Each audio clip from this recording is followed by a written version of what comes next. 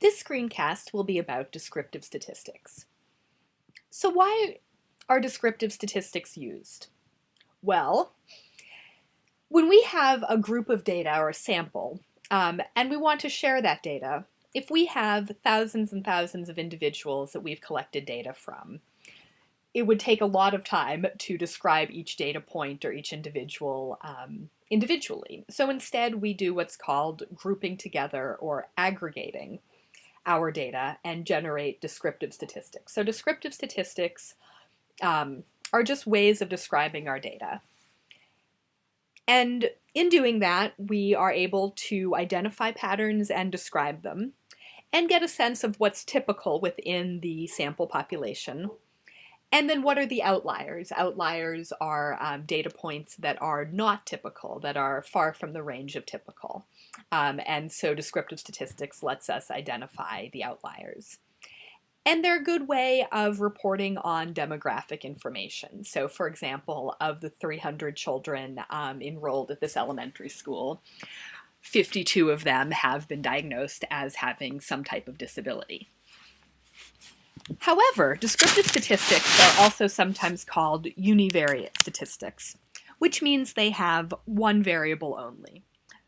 So because they're only looking at one variable at a time, descriptive statistics don't tell us anything about the relationship between variables. And they're just providing descriptions of individual variables one at a time. So some other things that we can't learn from descriptive statistics. Descriptive statistics are pure descriptions, so they don't tell us anything about cause. They don't tell us why something happens. They're not really able to identify patterns or relationships between data, and they don't really speak to changes over time. So we will never know anything about cause, and we need to think carefully. Sometimes descriptive statistics help us develop a hypothesis about causes, but they will never, ever, ever definitively tell us what causes the numbers that we're seeing in front of us. And then descriptive statistics are only as good as how well the variable they look at was operationalized. So for example, we could generate descriptive statistics about race, but if on our survey we operationalized race as white or non-white, we can tell you how many people within the sample identify as either white or non-white, but that's not really a very good measure because the variable wasn't operationalized well. For example, there are people who identify as both white and non-white. Biracial and multiracial people exist. And also, when we define race by what a person isn't, we're very literally othering people, and so we're just not getting good data. So we might be able to generate descriptive statistics, but they won't be very useful or effective or descriptive ones because the variable wasn't operationalized well. So we still need to look very carefully at how variables are operationalized. And who's operationalizing the variables and what agenda do they bring to the table? So to talk about descriptive statistics, I want to review briefly the different kinds of variables because the variable type will also impact how we describe that variable. So as you remember, variables can be operationalized as dichotomous. A dichotomous variable is something, it's also called binary. A binary variable, there's only two options, so yes or no, living or undead, present or absent. Nominal variables are mutually exclusive categories that don't have any kind of ranking associated with them, or any kind of progression. So a person can be a zombie, a sheep, an elephant, or a capybara, but there isn't any progression. It's not like we begin our lives as capybaras and end up as elephants. Ordinal variables are those that do have some kind of order or ranking to them, such as preschool, elementary school, middle school, high school. Continuous variables are a type of ordinal variable that have a ranking and the same amount of distance or interval in between each variable. So first grade, second grade, third grade. And a ratio variable is a kind of continuous variable that has a fixed 0 point, in that, you can't have negative numbers of children. You start at 0 or more kids. And so the two main kinds of descriptive statistics that we're going to be talking about today is frequencies, and we'll talk about those first. And those can be used with any type of variable. They're particularly useful for nominal variables. And then we're going to look at the what's called the central tendency, or average. And those can only be done with continuous variables, because you can't, again, if we were looking at a variable, a nominal variable like species, it's not like we could find the average species. We can't really average together elephants, capybaras, and people and get any kind of meaningful information. So central tendency measures can only be used with continuous variables. So let's talk about frequencies first. A frequency is simply a count of how often something occurs or how many of something are present. So here's an example of a frequency table. And this is, let's say we did a poll in our classroom and looked at how many members of the class have various kinds of pets. So dogs, cats, birds, reptiles, capybaras, and not having a pet. So as you'll notice on this chart, on this frequency table, it looks like 19 of us have dogs, and 16 of us have cats, and this is my kind of chart. 22 of us, or 23 of us, so everyone in the room has a capybara.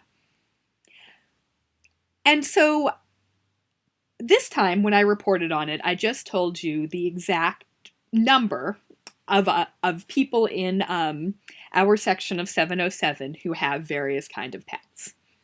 We can also break our frequency table up into further groups. So among the 19 of us who have dogs, it looks like 15 of those people who have dogs also have no kids. And an additional, it looks like 3 of us who have dogs also have one or two children. And it looks like one of us who has a dog also has 3 or more kids. So another way of saying this is that we can look at, using a frequency table, we can look at or get a sense of, again, we can't understand why, we're not able to look at cause and effect or relationships, but we can get a sense of, a rough sense of how our status as parents or not, and the number of children we have might impact what kind of pets we have.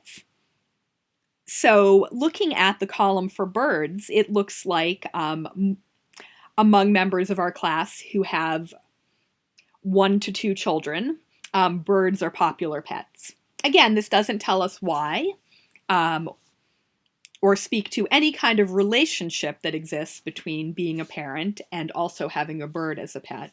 It's just simply presenting the numbers that it looks like that 2 people who don't have kids have birds, and about, I'm going to say 6 people who do have kids have birds. So again, a frequency table is just telling us how many members of our sample or our class fit into each category. So if the category is capybara ownership, it looks like all members of our class fall into that category, where only a few of us fall into the category of having a reptile. we'll do an in-class exercise where you'll construct a sample frequency table using Candy. Okay, so that's frequency. The next thing I want to talk to you about is what's called measures of central tendency, or looking at averages. And so there are a few different ways of looking at this spread or dispersion of your data. So the one that people tend to be most familiar with is the mean. The mean is the mathematical average. So we would add up all the scores and then divide by the number of scores. So if we wanted to know, for example, how many cups of coffee were consumed on average in our class, we would ask everyone how many cups of coffee they had that day, add up all those numbers, and then divide by 22, which is the number of people in our class. Median is another measure of central tendency, and it looks at what score is in the exact middle of all the scores, or the midpoint of the sample. So in order to find the median number of cups of coffee that we had in our class, we would put the number of cups of coffee in a line. So if 4 people had 0 cups of coffee, there would be 4 zeros followed by 7 ones, 7 twos, and 4 threes. And then if it was a good day for me, I might be an outlier at the very end of that line at 7 or 8 cups of coffee. And we would circle the number in the exact middle, and that would be the median. Another kind of central tendency that we use most often with nominal variables, again, because we can't come up with the average of a nominal variable. This is the category or score that occurs the most.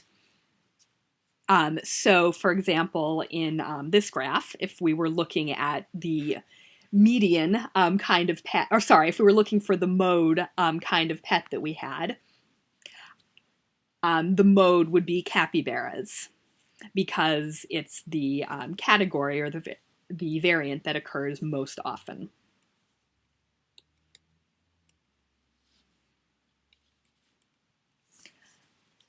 Oh, and so outliers, as we've been talking about, are something that's really kind of out in left field that might affect the average. So if we were calculating the average height in our classroom, we could find the mean height, the median height, and the mode height. However, let's say Andre the Giant was doing an observation of our class that day. He's much bigger than all of us, so he would be an outlier. And that would mean that because Andre the Giant was in the room, our mean height would go up significantly because Andre the Giant would get averaged in just like all the rest of us. So when you have what's called a skewed measure, so Andre the Giant coming in and changing our measures of class height, that would be a skewed sample. So when that happens, when Andre the Giant comes to class, which I would love, by the way, but when your sample is skewed because Andre the Giant has come to class, it makes more sense to use either the median or the mode as opposed to the mean. So the median, again, we would be looking at the value in the exact middle. So in that case, Andre the Giant wouldn't change his scores too much because he would still be at the top end of our height chart that we were making. And we would still look at the person in the exact middle of that line. And the mode would be the most frequent score. So if, 8 members of the class were exactly 5'5", that would be the mode, the most frequent value. And so it's important to think about, and we'll discuss this in class too, what kind of information we get from each measure of central tendency. And when might we want to know the median as opposed to the mean, and when we might want to know the mode as opposed to the median. Okay, the last thing I want to talk about is measuring what's called dispersion of data. So that relates to the central tendency, the mean, median, and mode, in that it's looking at how far apart are individual data points. What's the range? So if we were looking at something like height, even if Andre the Giant was in our classroom, we wouldn't have very much of a range of data. You know, if we're looking at adults, probably the shortest adults are 3 feet tall, and the tallest adults are Andre the Giant tall.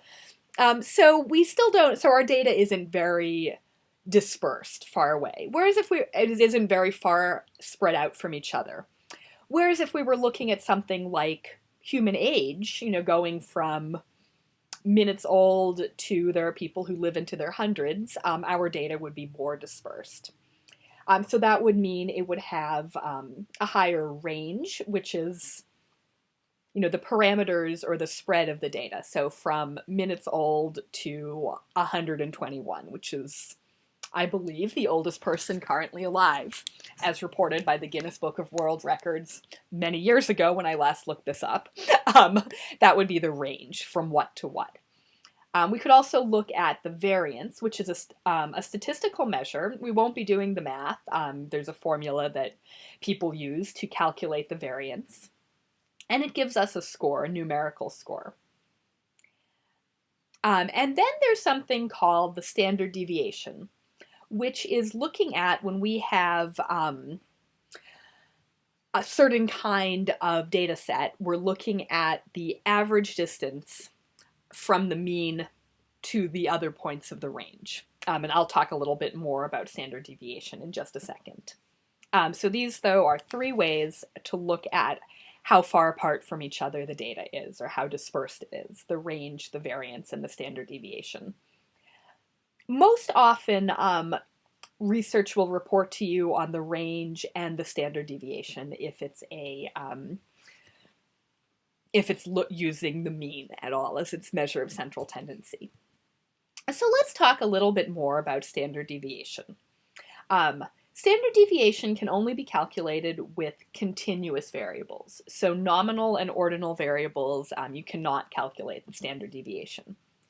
Which means you also, you can't calculate the mean with nominal or ordinal variables either. You need to have a continuous variable in order to calculate the mean and the standard deviation.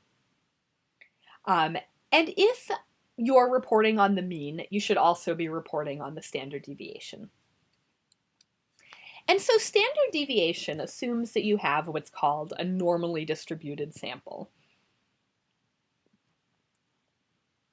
There's a lot of math around what that is, but we're not really going to talk about it. And what the standard deviation tells you, the standard deviation is an actual real number. So it's saying, so to arrive at it, you first calculate the mean. The mean is that white line at the very top of the curve that kind of divides the curve that you're seeing in half. And in a normally distributed sample, the standard deviation is an actual point. So let's say we were looking at height. We're going back to the height example. And we calculate that our mean or average height in our class is 5'6". And the standard deviation is 3 inches. So we know the mean is 5'6", and we could then, if we know the standard deviation is 3 inches, we're looking at the range. So with 5'6" plus 1 standard deviation would be 5'9". And 5'6" minus 1 standard deviation would be 5'3". And in a normally distributed sample, 68% of people will fall within 1 standard deviation of the mean. So 34% will be 1 standard deviation higher than the mean, and 34% will be 1 standard deviation lower than the mean. So in other words, 68% of us will fall somewhere between 5'3" and 5'9". Then we'll move out 2 standard deviations. So again, if the mean is 5.6, one standard deviation above 5.6 would be 5.9, and two standard deviations above 5.6 would be 6 feet, because we're looking at a 6-inch difference now. So 6 feet. And two standard deviations below the mean of 5.6 would be 5 feet. So we're now saying that about 96% of us will fall between two standard deviations of the mean. So 96% of us will fall between 5 feet and 6 feet. And then 98% of us will fall within 3 standard deviations of the mean. So 98% of us will fall somewhere between 4 feet 9 inches and 6 feet 3 inches. And then there will be a few people who fall outside of that range. So people who are shorter than 4'9" and taller than 6'3". And so this is a way of accounting for the data. And again, the standard deviation is that actual number that constitutes the range around the mean within that 68% of people will fall within one of. So that's standard deviation, and we'll be doing some examples of standard deviation in class too. Variance is a statistical measure that is arrived at through a mathematical formula that gives us a score related to how far apart the data is. So a small or low variance score means that all the data points are close together and there isn't much variation in the sample. The scores kind of clump around the mean. And this is called, you do not need to remember this word, but that's called leptokurtosis. It's a pattern of graph showing scores clumped around the mean. If the variance score is high, it means that there's a lot of variation or a lot of difference between data points, and scores differ pretty significantly from the mean. Again, you don't need to remember this word, but that's called platykurtosis, or a pattern of graph that's flat and wide because the data points are very different from the mean. Oh, so here's an example of standard deviation. So this was a study looking at the total stress score among a sample of people. And so on this stress score, the mean or the average score, and it was something, I believe it was out of 500, that would make sense. The average score was 269.5. And the standard deviation was 50 points. So that shows a fairly large variation in the sample. If 68%